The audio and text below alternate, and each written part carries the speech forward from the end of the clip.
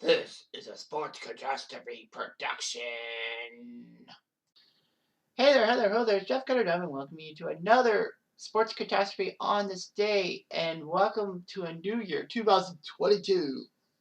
The first on this day for 2022 is January the 1st, 1942, 80 years ago, as the Rose Bowl made an unscheduled stop in North Carolina. Now, this was huge. The Rose Bowl was set to be played on January 1st, 1942 between Duke and Oregon State. Now, remind you, the Big Ten and the Pac-10, well, Pac-12, didn't have their conference tie-ins to the Rose Bowl at that time. So the West Coast team, with champions, could face someone from the East Coast. It doesn't have to be a Big Ten team, and it was for the Southern Conference, Duke. Duke was 9-0 headed into the game against the 7-2 Oregon State Beavers. However, the game wouldn't be in Pasadena. The problem was that a month earlier, on December 7th, Pearl Harbor happened. And of course, people were panicking. The federal government would go to war and prohibit large public gatherings on the West Coast for the duration of World War II, mostly because obviously they're thinking that the Pacific leaders like Japan and China would bomb the Western United States because, that's the closest area in the U.S. Until World War II ended in 1945, that would have happened. So, the 1942 game saw Oregon State and Duke. Oregon State won the Pacific Coast Conference and the spot in the Rose Bowl. They did lose to USC 13-7. But then they beat Washington and played Stanford, the defending national champions. Oregon State snapped Stanford's winning streak, won 10-0, but lost to Washington State 7-0. Thankfully, though, they took care of the next four opponents, and then the football Civil War against Oregon. Oregon State needed a win to clinch the Rose Bowl. However, if they lost, Oregon would have made it a 5-team battle royale.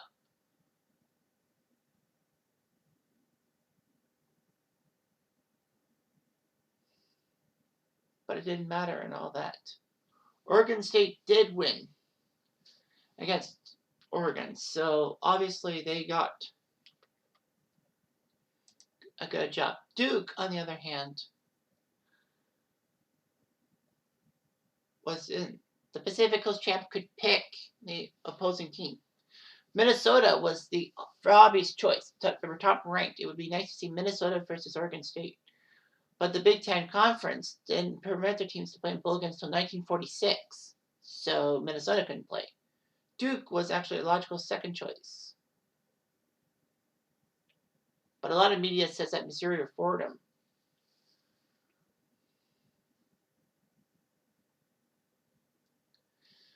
But Fordham would go on to the Sugar Bowl to face Missouri, whereas that means that Oregon State got to face Duke. Duke was on an 11-game winning streak since losing the Rose Bowl in 1939, so they were hoping to do it. Of course, Pearl Harbor happened, and then the Tournament Roses committee had to move the game for fear of the fact there's 90,000 spectators, and there would be ideal targets for the Japanese. But Duke said, well, let's be sporting and give the Rose Bowl to our home school. The seating capacity was only 35,000. And they actually brought in bleachers to add 20,000. So it's a 56,000 ticket affair.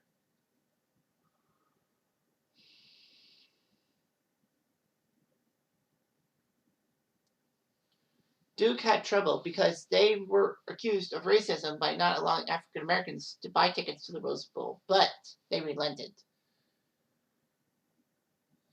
Well, anyway.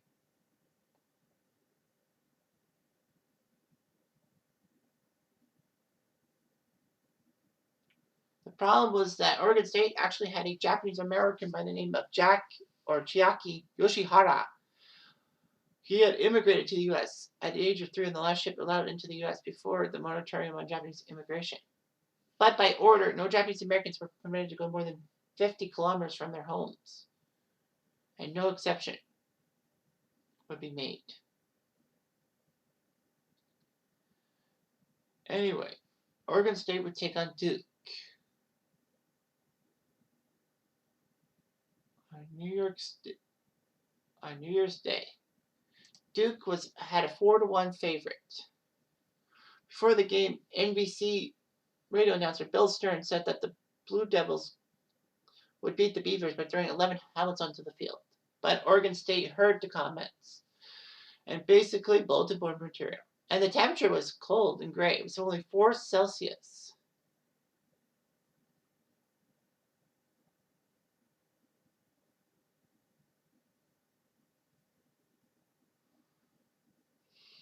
So anyway, with that in mind, Oregon State scored first to make it 7-0. At halftime, it was 7-all, so it was huge. But Oregon State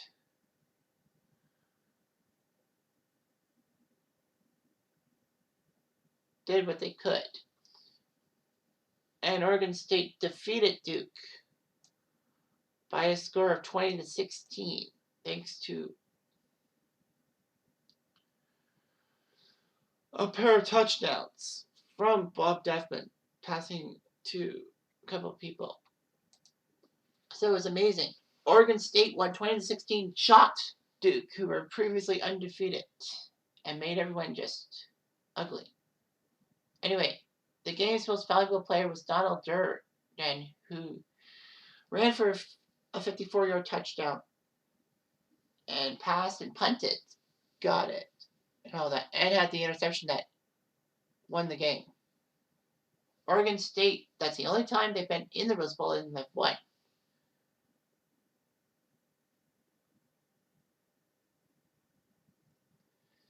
Anyway, a lot of people said this was one of the biggest upsets in Rose Bowl history until the 1970s. That was.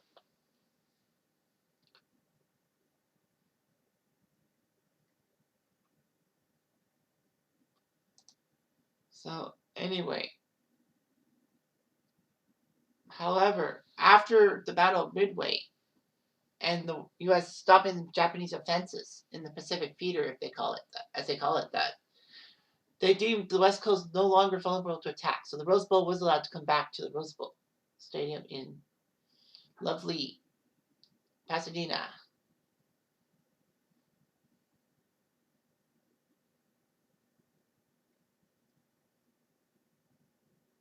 So anyway, Tommy Profro, who used to coach Oregon State and UCLA, actually played quarterback for the Blue Devils.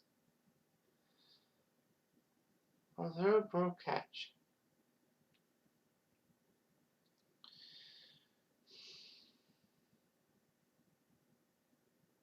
In fact, that was not the only time. That was the only time that the Rose Bowl was not played in Pasadena until frickin' COVID ruined everything last year, and the game was played in Dallas, which was kind of weird to watch the Rose Bowl being in Dallas, not in Pasadena. Hopefully this year's Rose Bowl will be much better. I mean, Ohio State, Utah. I think Ohio State's got it. I mean, they are sour about losing to Michigan. Michigan lost to Georgia yesterday, so I think Ohio State will take it. Fight me on that. Anyway, I'm Jeff Diamond. I do.